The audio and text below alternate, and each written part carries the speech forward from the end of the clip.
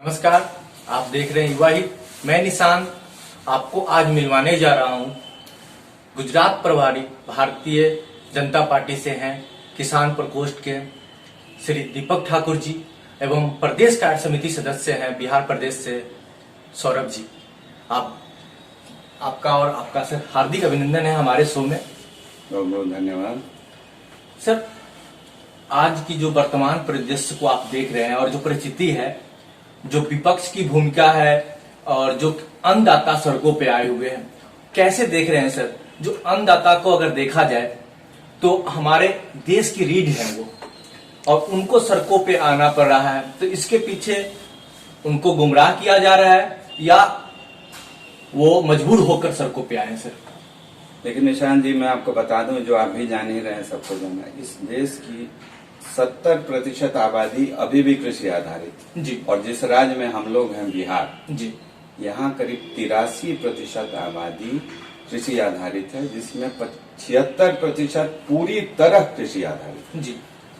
ऐसे समय में आप समझ सकते हैं कि रीढ़ किसान ही है। जी। एक बार किसान नाराज हुआ था तो हमारी सरकार गिर गई। जी। अटल बिहारी वाजपेयी जी की सरकार ने इतना अच्छा काम किया, लेकिन पुनः नहीं आ पाई। किसान किस तरह का, तो इस सेंटिमेंट के साथ खिलवाड़ करना विपक्ष का, क्योंकि विपक्ष में कुछ स्वार्थी तत्व ऐसे हैं जी।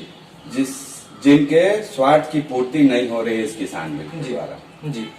कुछ लोग थे जो बिचौलिए का काम करते थे, बड़े नेता थे, जी। नाम लेना उचित नहीं होगा, लेकिन दुनिया जान रही है, देश जान रहा है। जी। वो ऐसे तत्व थे जिनको कहा जाता है कि 2,500 करोड़ रुपए तक सालाना इस आमदनी होती थी बिचौलिए के रूप में।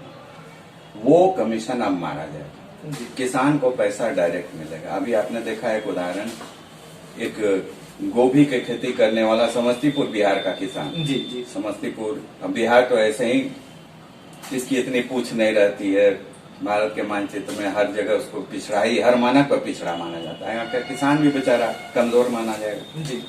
लेकिन जहाँ वो अब मजबूरन अपनी गोभी जब 1 रुपए में बिकने वाली थी तो ट्रैक्टर चला के उसको दबा दे रहा था नाराजगी से। जी। आज वो इसी व्यवस्था के कारण 10 रुपए में उसकी गोभी की बिक्री हुई और गाड़ी भेज दी, लेने वाले ने गाड़ी करके दी। इससे तो किसानों को हित होगा। रेल के द्वारा जहाँ पर अधिक है उपज और जहाँ कमी है, वैसे इलाकों को जोड़ा जा रहा है। जी। तो जो जैसे इंटरलिंकिंग और रिवर्स की बात होती थी कि जहाँ जिन नदियों में अधिक पानी रहता है, जहाँ बाढ़ आती है, और जैसे जो सूखाग्रस्त क्षेत्र है, तो अनाज के साथ भी वही है। जी। तो इस तरह की लिंकेज होगी, किसान और तो खुशी ही होगा। वो तो बिचौलिए हैं जो मारे जा रहे हैं, वो कुछ लोगों को प्रेरित करके रोड पे ला रहे हैं। सर, मैं ये जानना चाहता हूँ कि किसान सड़क पे आए, चलिए मान लीजिए विपक्ष भी उनके साथ में आ रहा है, लेकिन किसान की मांग है कि एमएसपी पे एक अध्यादेश लाया जाए, और आदरणीय जो कृषि मंत्री है नरेंद्र सिंह तोमर जी पूरे प्रदेश वासियों को और पूरे प्रदेश के किसानों को, देश के किसानों को एक लेटर लिखते हैं सर, लेकिन विपक्ष उस लेटर पे भी हावी हो जा रहा है। तो उसको आप कैसे देख रहे हैं सर? आप विपक्ष हावी नहीं हो पा रहा। ये तो ऐसा विषय है कि आप एमएसपी पे लीजिए, खरीद कीजिए। एमएसपी में जितनी बढ़ोतरी पिछले जी आप कहेंगे 6 साल में हुई है जी नरेंद्र मोदी जी के राज में, जी, उतनी पहले भी नहीं हुई थी कभी।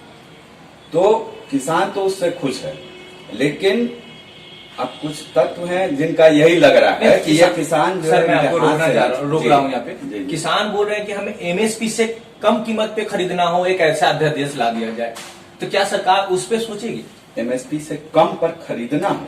हाँ, क्योंकि क्या होती है कि कभी मंडियों में उनकी अनाज की बिक्री नहीं हो पाती है, तो बहुत जगह ऐसे उनको एमएसपी से भी कम दामों पे बेचना पड़ता है। हाँ। ऐसी वास्तविकता देखी भी गई है सर, ग्रामीण परिवेश में अभी है ये स्थिति, किसान उस चीज से जूझ रहे हैं। तो क्या जो भाजपा की सरकार है केंद्र में, वो ऐसा अध्यादेश लाएगी जो एमएसपी से कभी भी एमएसपी से कम कीमत पे खरीदना हो सके?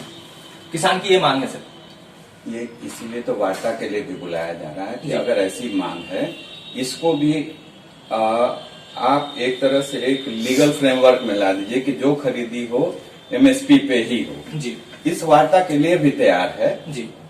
क्योंकि अंत में तो ओपन मार्केट में आ जाना पड़ता है जब एमएसपी पर नहीं खरीद। सरकारी व्यवस्था जहाँ टूट जाती है एमएसपी पर नहीं, तो किसान जाता। हमने भी किया है, जी। इस बात से मैं भी नहीं दूर हटूंगा। जी। 2 ही 3 साल पहले मजबूरन जब गेहूं का गिरने लगा दाम, तो जी, बाजार में 4 रुपए कम पे जब लगा कि अब इससे भी नीचे जाएगा तो कम में बेच दिया हमने। जी लेकिन ये सरकार इस तरह की चीजों को ला करके जी आपको मजबूत कर रही है, किसान को मजबूत कर रही है। जी मर रहे हैं वही जो बिचौलिए थे, और जी। वही इस पूरे चीज को ये कर रहे जी। हैं। कमजोर किसान है सो 1 महीने तक जा करके दिल्ली बंद नहीं कर सकता है। जी जी जो पैसे वाले की बैकिंग होगी बाहर से, जी। कुछ बारी तक कनाडा जैसे देश भी जी इस आंदोलन के पीछे हैं, ऐसे तत्व तो बाहर से भी आ रहे हैं। जी क्योंकि उन्हें इस देश का आगे बढ़ना, हर क्षेत्र में आगे बढ़ना ही नया बरास नहीं आ रहा। जी। जब तक भारत कमजोर था लोगों को ठीक लगता था, जी और अब जब भारत मजबूत हो रहा है तो ठीक है, उसको अस्थिरता लाने का यही सब तरीका है। जी। आप किसान आंदोलन करा दीजिए, जी। कहीं बॉर्डर पर आप करा दीजिए, पंजाब में प्रॉब्लम करा दीजिए, असम में करा दीजिए, जी। और पूरा देश अस्थिर हो जाएगा। जी ये एक विदेशी साजिश है, और इसमें कई बाहरी तत्व भी इन्वॉल्व हैं। मतलब बाहरी तत्व का मतलब क्या आप बोलना चाहते हैं? खालिस्तान समर्थक? देखिए, कनाडा में भी अब है कि खालिस्तान समर्थक बहुत हावी रहे। आपको भी मालूम है कि एक प्लेन जो हाईजैक हुआ था, जी।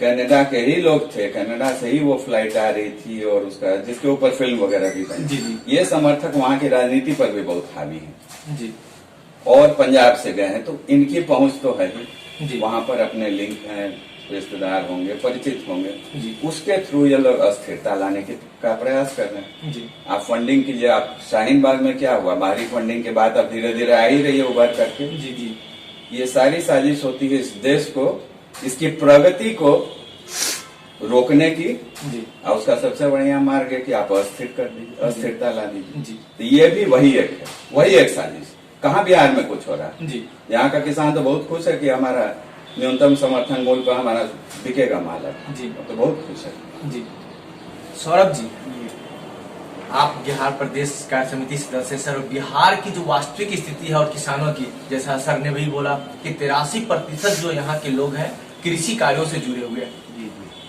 क्या लगता है कि बिहार में कृषि कार्यों से जुड़े हुए लोगों की आमदनी में बढ़ोतरी हो पाएगी?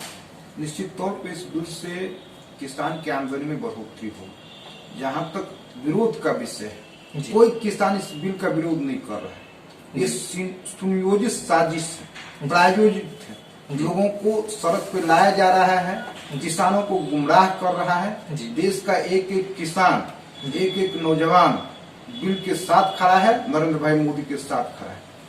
सर, बात आती है सर, जब अन्नदाता सड़क पे आए, जो दिल्ली में माहौल बना कोविड के सिचुएशन में, तो उस सिचुएशन के दौरान, और कल आदरणीय प्रधानमंत्री जी रकाबगंज साहिब जाते हैं, गुरुद्वारा में मत्था टेकते हैं, तो क्या किसानों के बीच में वो जाएंगे? सबसे बड़ी मुद्दा आपकी इस पे क्या राय है? फिर मैं सर से बात करूंगा। देखिए, कोई किसान रोड पे नहीं है। मैं बार बार कह रहा हूँ, ये प्रायोजित है, ये लोग बिचौलिए हैं। किसान तो खेत में काम कर रहे हैं। हम किसान परिवार से आते हैं, मेरा भी 100 बीघा जमीन है, मेरे परिवार के हर लोग खेत में हैं। मैं जहाँ भी देख रहा हूँ किसान खेत में काम कर रहे हैं, और ये तमाशा करने वाले लोग कौन है?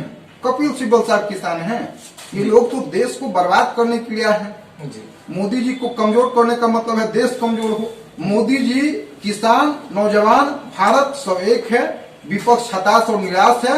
विपक्ष नया नया दिग्भ्रमित करके लोगों को चाह रहा है कि देश का माहौल खराब हो। जब देश कोरोना काल से जूझ रहा है तो विपक्ष साजिश कर रही है। जनता सब जानती है। चुनाव आएगा, आप देखिए बंगाल के चुनाव में किसान बिल का जवाब किसान दे देगी विपक्ष को। जी। किसान एक किसान मोदी जी के साथ।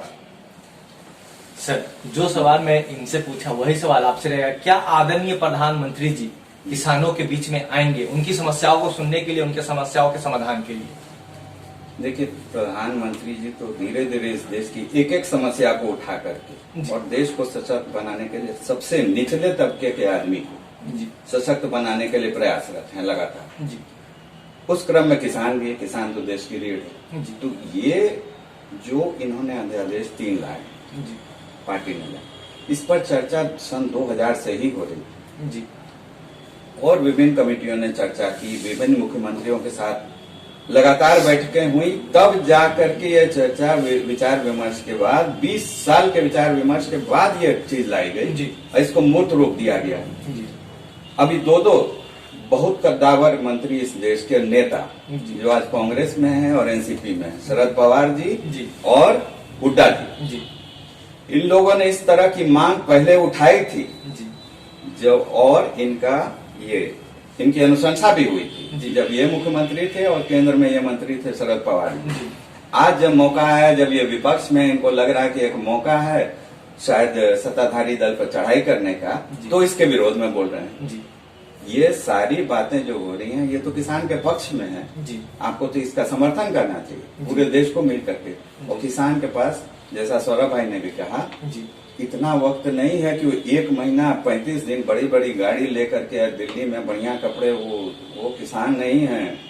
ये कहीं से कुछ है, पीछे से भी कोई तत्व है जो काम कर रहे हैं जी। इस देश को अस्थिर करने के लिए। जी हमें सोच लेना चाहिए, बिहार का कोई किसान आपको दिखा, सब खेत में दिखेगा अभी। जी हाँ, वो अगली उपज की तैयारी में लगा रहेगा। जी। अन्ना की दिल्ली जाएगा, यहाँ से सब काम छोड़ करके 1 महीने रह पाएगा, ऐसा नहीं कर पाएगा। जी ये एक साजिश है जिससे हम सबको मिल करके निकलना। जी। हाँ, तो दर्शकों, अभी आपने सुना दीपक ठाकुर जी को और सौरभ जी को, और इन लोगों का कहना है कि ये साजिश है, विपक्ष के द्वारा रची हुई साजिश है या बाहरी साजिश है तो साजिश ही।